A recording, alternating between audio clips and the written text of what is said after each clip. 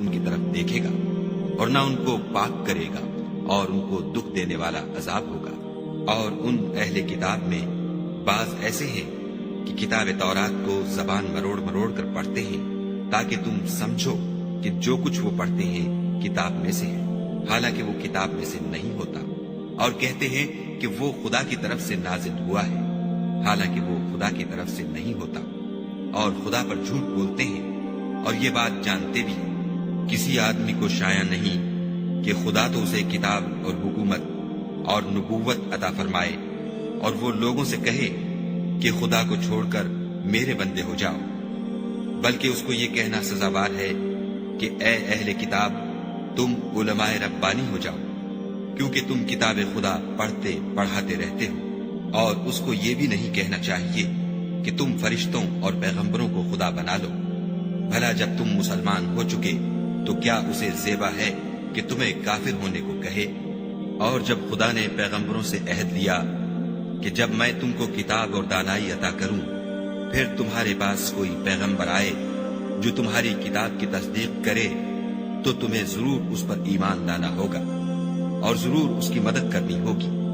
اور عہد لینے کے بعد پوچھا کہ بھلا تم نے اقرار کیا اور اس اقرار پر میرا ذمہ لیا، یعنی مجھے ضامن ٹھہرایا؟ انہوں نے کہا ہاں، ہم نے اقرار کیا۔ خدا نے فرمایا کہ تم اس عہد و پیمان کے گواہ رہو، اور میں بھی تمہارے ساتھ گواہ ہوں، تو جو اس کے بعد پھر جائیں وہ بد کردار ہیں۔ کیا یہ کافر خدا کے دین کے سوا کسی اور دین کے طالب ہیں؟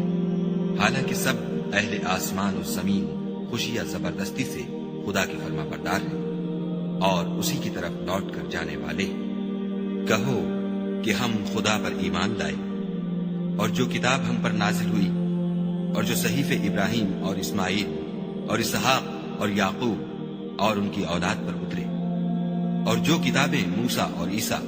اور دوسرے انبیاء کو پروردگار کی طرف سے ملی، سب پر ایمان لائے۔ ہم ان پیغمبروں میں سے کسی میں کچھ فرق نہیں کرتے، اور ہم اسی خدا واحد کے فرما بردار ہیں۔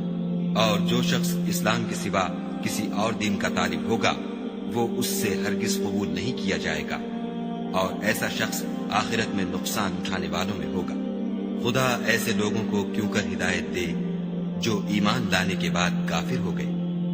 اور پہلے اس بات کی گواہی دے چکے کہ یہ پیغمبر برحق ہے، اور ان کے پاس دلائل بھی آ گئے، اور خدا بے انصافوں کو ہدایت نہیں دیتا۔ ان لوگوں کی سزا یہ ہے کہ ان پر خدا کی اور فرشتوں کی اور انسانوں کی سب کی لعنت ہو، ہمیشہ اس لعنت میں گرفتار رہیں گے، ان سے نہ تو